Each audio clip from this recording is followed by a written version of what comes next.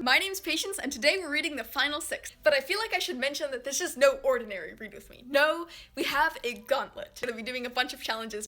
These challenges will range from speed fan art time, where I attempt to draw fan art very quickly, and random rant, where I rant about something random. All in all, the gauntlet will also be timed, so all of this is on the clock. Ready?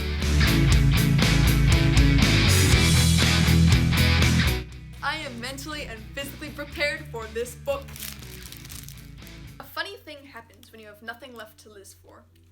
Your existence loses all its sharp edges. There are no more steep drops, no hills to climb. Colors blur and muddle together. We're starting out strong here.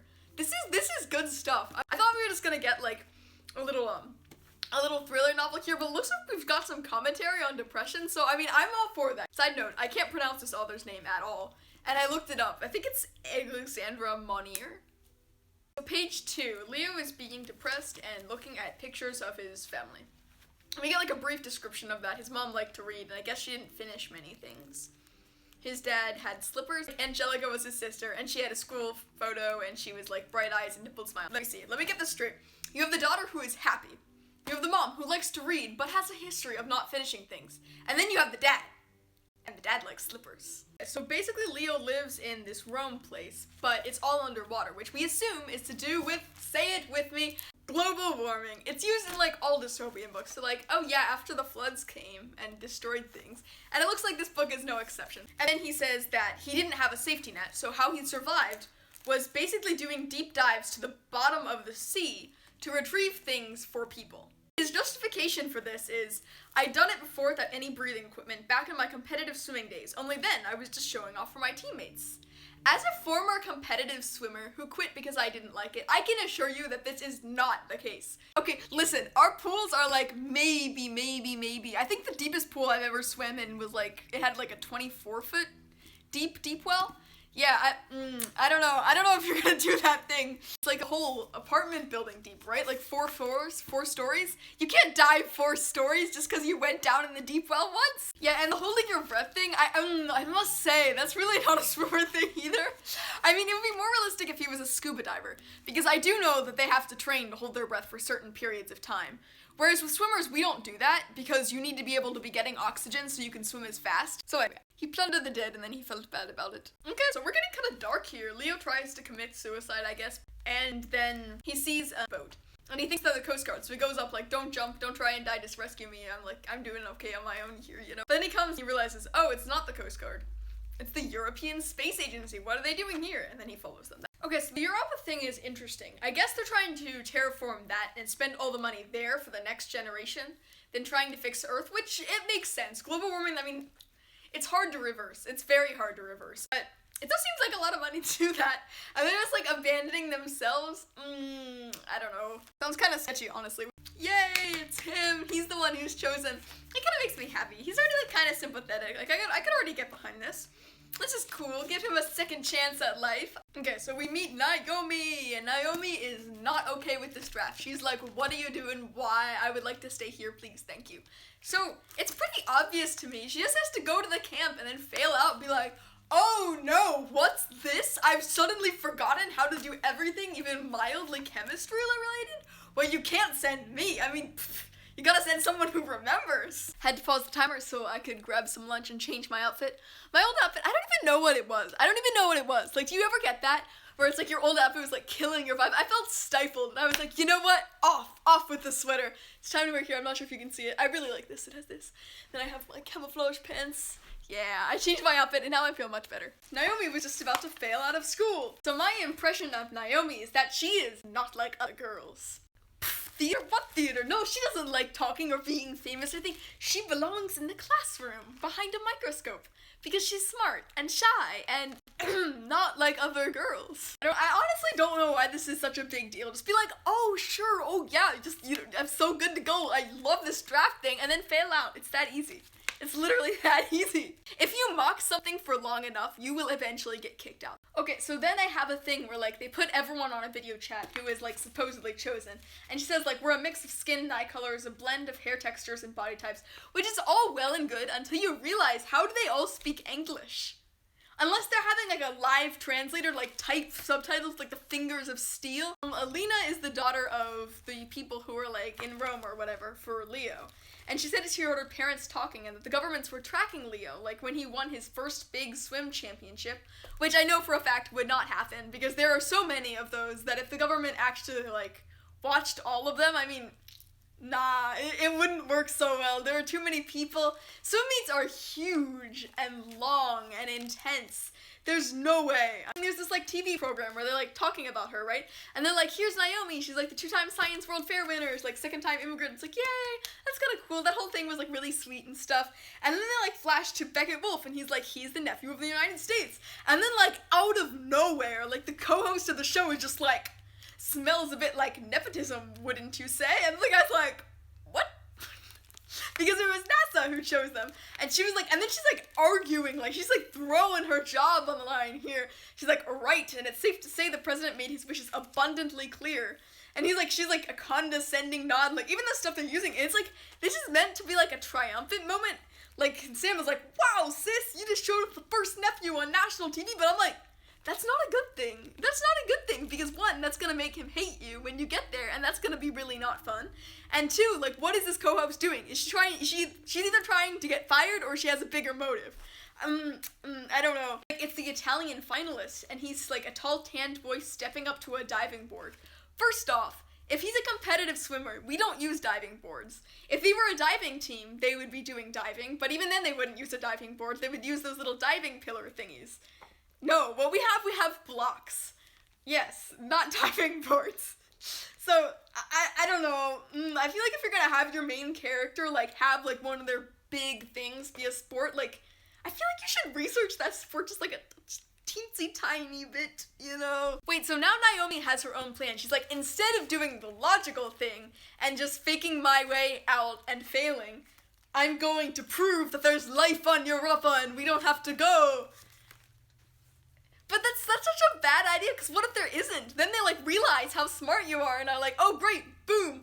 And what if there is? Then they realize how smart you are, and oh, great, boom, off you go. This whole thing would be solved if she would just do the smart thing. So now Naomi's complaining, because Dr. Anderson just told her that they're putting all their resources towards saving the human race and sending people to Europe. And she's like, I feel a wave of fury at the thought of all the people who told me no these past 2 years.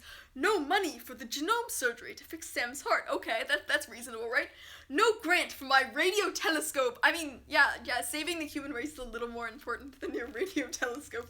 There's so many things that could have improved the world for the living. Well, yeah, but like, I mean, saving the world is a little more important than like improving quality of life. It just seems kind of selfish to me. Like, they're trying to set Naomi up as this, like, sympathetic character, but, like, I don't know. I can't say I buy it. Okay, so they're all getting to the space station, and I must say, one thing this book does so well is really building the world. Like, oh, so we just met Beckett, and who's in for some troping? Here we have the racist, rich, entitled white boy. I can't wait for another helping of this one, It's just, I feel like, why do we need this? Maybe if you need a rival, like, then have a rival, but, like, why do we need this? Oh my gosh, he's racist too. Beckett's, of course he is. One thing I think the author does really well here on page 89 is the difference between how Naomi and Leo process the room. Naomi's from a thing where she would have had, like, air conditioning and heating and all that stuff, so she's really not too impressed by it, so she just kind of sees room, bed, mirror. Whereas Leo, like, specifically sees different things, like, oh, there's an AC and a cooling unit, oh, look, the bed has this kind of mattress and stuff, which I think is a really interesting case study on how people see the world differently. Like, if you go for a walk, someone who's a geologist might be looking at all the different kinds of rocks, while someone who works in arboretums might be looking at trees. Aww.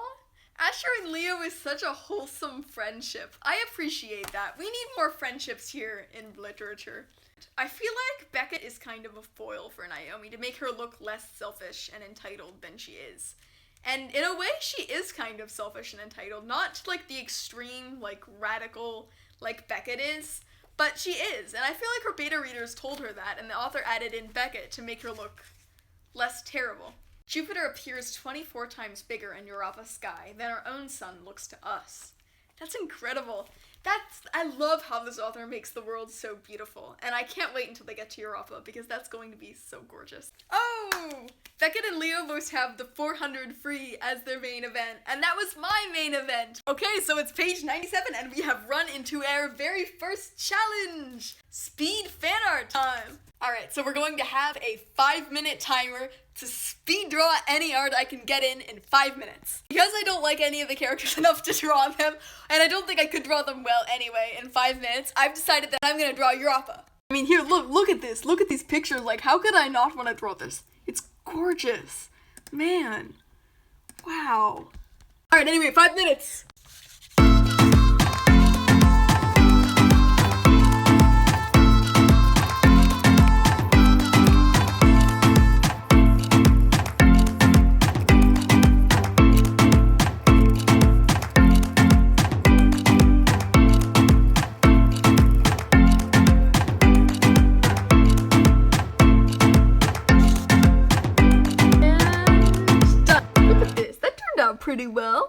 Turned out pretty well. We got Europa over here. I didn't have time to color in the whole thing and make it like a darker, spacious kind of look, but I actually kind of like it better because it kind of symbolizes like the unknown and like how they're really not sure of what's going on there, and it really makes the lavender accents pop, and I love that. So I think it's actually turned out pretty well. Aww, it's page 184 and 104, sorry. And the general just locked a girl in the airlock with barely enough air to survive. Because she made a mistake. Yeah, because that's the thing you do to teenagers, right? But then Naomi goes, and she's helping Suki. She's like, alright, here, if you do this, this, and this, you can have enough air to last. So, I mean, that's actually kind of nice. She's risking punishment to help someone. Okay, Naomi's growing on me, alright. Oh my gosh, and we're back to So You Didn't Research Swim Team again. So, in this one, on page 105, Leo walks over out of the elevator doors and he smells chlorine. My muscles clench on cue. Time to compete. Okay, if you've done even the bare minimum of research about swim team, you'd realize that we do these things called swim meets, right? And in the swim meet, we don't walk out to the pool deck and then smell chlorine and then like automatically compete. No, these things are like a day long, sometimes multiple days long. And during those days, you'll be sitting on the pool deck with the chlorine. If your muscles clenched automatically and you were always on stress, like on point, like if you felt like you were competing every single time you smelled chlorine, that would be problematic. Not just because of practice, but also because you wouldn't be able to relax and recover between each event. Oh my gosh, and they have a diving board at their training pool, which is supposed to simulate Europa conditions. Of course they do. Of course they do. For a second, I can almost imagine that I'm home, that Angelica and my parents are there in the stands, whistling and cheering my name just like they used to at all of my swim meets. No way. No. Not even the most dedicated family would do that, ever. If they were to sit in the stands and whistle, they would be breathing in chlorine for 10 hours, actually, like actual 10-hour meets. Yeah, that would really not be fun. Maybe for like multiple days. They would have no energy to whistle and cheer. Whenever I had to sit in on my siblings' swim meets, I was miserable, let me tell you that. Because those things lasted forever, and it was like, you sit there for hours and hours and hours for like a 3-minute race. I kid you not. So I think the author has genuinely got diving and swimming confused. And the fact of the matter are these are two very different sports. Sometimes there's overlap, but really the only thing they have in common is that they're in the water. Literally. Swimmers do their swim team thing, and divers do their diving thing. There are swim meets, there are diving meets. They are two different sports. It's like water polo and swimming. They're two different things. You can do both, but a lot of people don't. Aww, there's this cute scene where they're talking about Rome together, and Naomi's like, I always wanted to go, and Leo's telling her all about it. It's really cute. And she puts her in a bed. I am a sucker for this trope. Okay, so Suki has an allergic reaction to the RRB, and then she says Tahai Huoza. So I looked it up because I look for cookies all over, Easter eggs, that's my thing in books. And so I looked it up and it says he is still alive, which is a little odd because everyone we've seen so far is still alive. So maybe they mean someone on Athena, maybe she's just referring to her stepfather like, oh man, he's still alive, that's who I'm going back to, or I don't know, I feel like it's a little more sinister than that. A set of dividers lines the pool, reminding me of my racing days, and despite the morning we've had, I feel the faint stirrings of excitement. Do you mean lane lines? They're not called dividers, Leo, they're called lane lines, and they're the bane of backstroker's very existence. Please research our sport.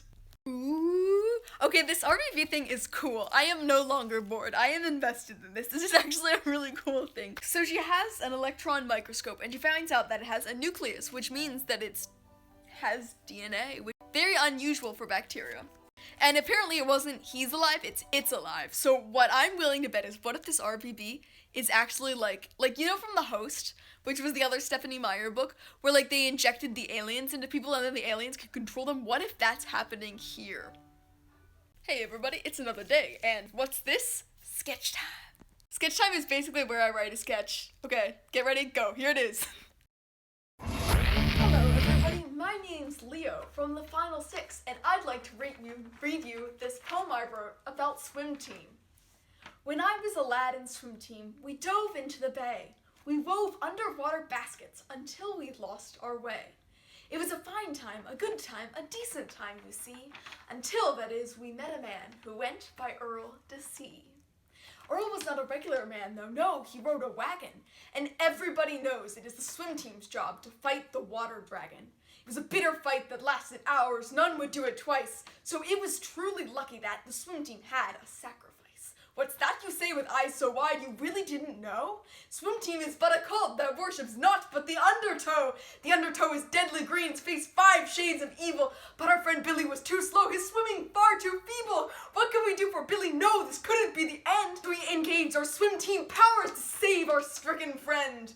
We used the tides in terror to reconcile the beast, but Billy cried in horror now as the monster prepared his feast. With one last cry of swim team, Billy speared him with a lighter, and we all swam away, off to drink our apple cider. Alright, let's read this thing. Oh my gosh, Beckett just tried to kill Leo? Whoa. Well, that escalated quickly. Ooh, so she's saying like, I have a hard time letting go, talking about her family. She's like, although there are times when I have, like in the vomit comment in the virtual reality sims. And then the robot goes, and with Leonardo Daniele, and Naomi's like, what? And he's like, we've detected a connection between you and finalist Leonardo Daniele. Okay, there are very few moments when I felt like really like, ah, in this book, but this is one of them. When they hit, they slap. It's like, it's not even like, oh, that's nice. It's like, yeah. So she's in the psychological examination and she sees a bunch of stuff scrambling together and she thinks it looks like a bat. And she's like, it's the Rorschach test, which she's right, it is. She said, I say, remembering the disappearing ink blots from my intro to psychology class. Yep, that is what they teach in intro psychology. Yep. It says, and then here's where we start to get wrong. It says, the way I interpret these images will tell Dot and Sib whether or not I have any psychological disorders. First of all, no. Second of all, double no. Rorschach tests? That's pseudoscience. That wouldn't tell anyone whether you had psychological disorders. It may tell you a little bit more about how you're thinking and how your brain interprets things, like maybe, but it's not an end-all be-all, and no psychologist worth their salt would ever use a Rorschach test to diagnose something as serious as a psychological disorder. This has been my TED Talk. Oh man, so there's a tsunami, and then Naomi's like, you know what, now's my chance, I'm gonna go get that information. And so she like sprints away from the safe place where they're taking them, and Leo followed her. I wouldn't follow him, even if it was my celebrity crush. Actually, maybe I understand, but still. Whoa, and she hacked the robot. Leo and Naomi are doing something incredibly dumb. They just did their simulation together, and then it's page 267, and then they're like, oh, it's time to kiss each other now in the pod in front of everybody, including the doctor. No, if I were the doctor, I'd be like, oh, they're together, well, we don't want them, like, disrupting our space mission, so we're going to split them up. No, you don't want to do that. I like how they just assume that there aren't any cameras in their dorms. Like, of course there are. Hello, what's up? It's Fancy Patience, and we're back with another episode of the Final Six. It has been 2 days. My standards are exceptionally high right now, because I just read, here, let me find it, A Good Girl's Guide to Murder, and that was the most, this was such a good book. So my standards are, like, unreasonably high right now. The plot twists were on point, the mystery was so good, and the ship! I would recommend it. It's by Holly Jackson. Anyway, where were we? Oh, that's right! We have a note. Fashion action. So they mentioned that they came there and they had these cotton suits that were like their training uniforms or whatever. So I was thinking like we could make this kind of stylish, but also like keep the flight suit mentality going.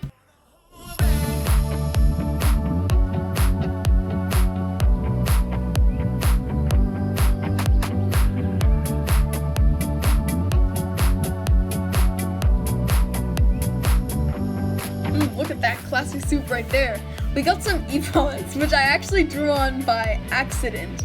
And then I liked them so much, I was like, you know what, I'm making this officially a part of the outfit. So there it is.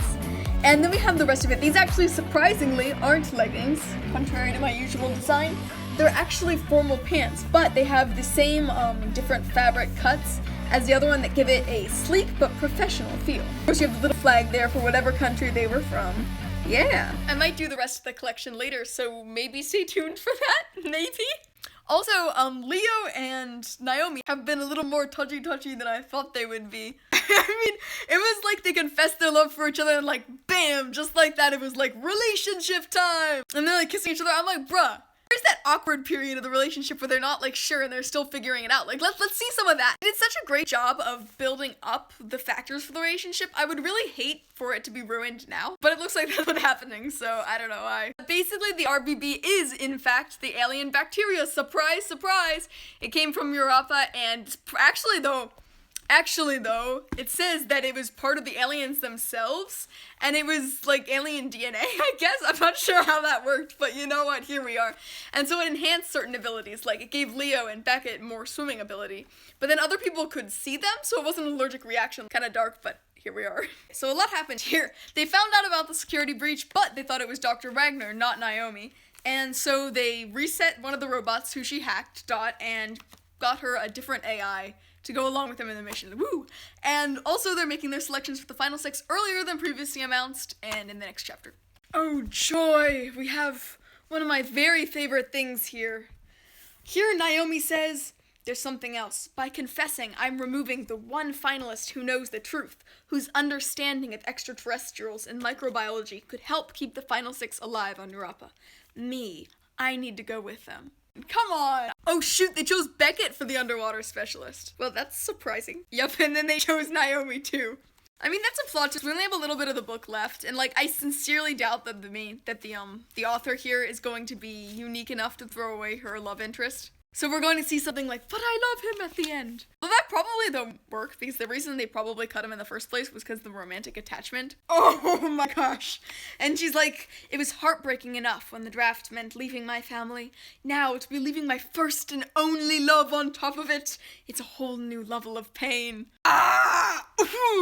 Ah! The barfaliciousness, angsty teening has gone too much for even me. I can't do this anymore, guys. Oh, he gives her a ring. That's kind of cute. So Greta Wagner, Naomi's hero and whatever, is actually the space conspirator person who knows all about it and makes the theories. Woo. I wish we'd seen more clues about that. She kidnapped Leonardo and now they're going to do some spacey stuff. Okay, and then Greta Wagner offered him a one-way trip to Europa and there he goes. Boom. And he'll be there when Naomi gets there, so that's fun. And slightly convenient, but you know what? Okay. Okay, so that was an interesting ride. What a trip, everybody, and here we are. Because it's so close to Monday already, it's literally Sunday night, and I want to go spend time with my family. I'm not going to do random rant this gauntlet, but I will give you one thing that I found. One main theme in this book was the theme of privilege, and I thought that it wasn't very well developed. This is so random, but it's necessary. I feel like I have to say this, because this was something that really stood out to me about the book. Whenever Beckett had privilege, it was bad. It was just like, oh man, he's such a racist, he's such a loser, he's Mr. Big Bad Guy, you know? And they used and said that that was because of his privilege. That's why he was so horrible. But when we looked and we saw the same thing with Naomi, how she had a family and stuff to go back to, and she was throwing it all away, her question of her privilege was largely ignored. That was my main problem here, was because either you address both of them or you don't address either of them. It's a case of, I forget her name. It was that one girl from Wizards of Waverly Place that everybody likes, Alexandra Rossi, something like that, and Victoria Justice. Why does everyone like her even though though she's Alexandra, even though she's supposed to be a villain, and everyone hate Victoria Justice, even though she's supposed to be the hero. And the video essay I was watching the other day made it quite clear. It said this reason is very simple. It's because when Alexandra Rossi did bad stuff, she got what was coming to her. She got the punishment. She took the fall. She got what was going on. Everyone acknowledged that was a bad thing to do. She acknowledged that was a bad thing to do, and she faced her justice for it. But when we look at the other hand, with Victoria Justice, she did mean things too, and a lot of her mean things were largely ignored or glossed over, or the writers of the show were like, well, it wasn't really a mean thing because this, and this. And in a way, that's something we really see from this book as well. Like, the idea of Beckett having privilege was called out and harped on so much that it became almost a theme, while Naomi's privilege was mentioned but not addressed. She may be privileged, but that doesn't make her a bad person, but why? Why not? If you're gonna make that a main theme of your book, you gotta explore that. You gotta explore and take the consequences seriously for both characters. This went on to the extent where it made the author and, by extension, Naomi, feel like a hypocrite. I think that was something that really detracted from the book for me. That's my random rant for this topic. If I had to rate this book out of 10, I would give it maybe a 5? A 5, yeah, because it wasn't a bad book per se. The plausibility was low, there was the problem of privilege, and the idea that the writer just couldn't seem to stick to a theme, to the point where there was almost no theme. I felt like, why am I reading this? And there's the problem of research as well. So overall, not bad, not bad, not bad. If you're looking to buy the final 6, do so if you feel, do not so if you do not feel. It's really up to you. I wouldn't say it's the best thing in the world. I wouldn't say it's the worst thing in the world. Because we all got our own little noggins up here, you know? So yeah, welcome to the end of the video. Please like, share, and subscribe. If you know any other swimmers, maybe share this video with them. See if they came up with the same things I do, if they disagree or agree with any of it. And this was the final 6. Bye.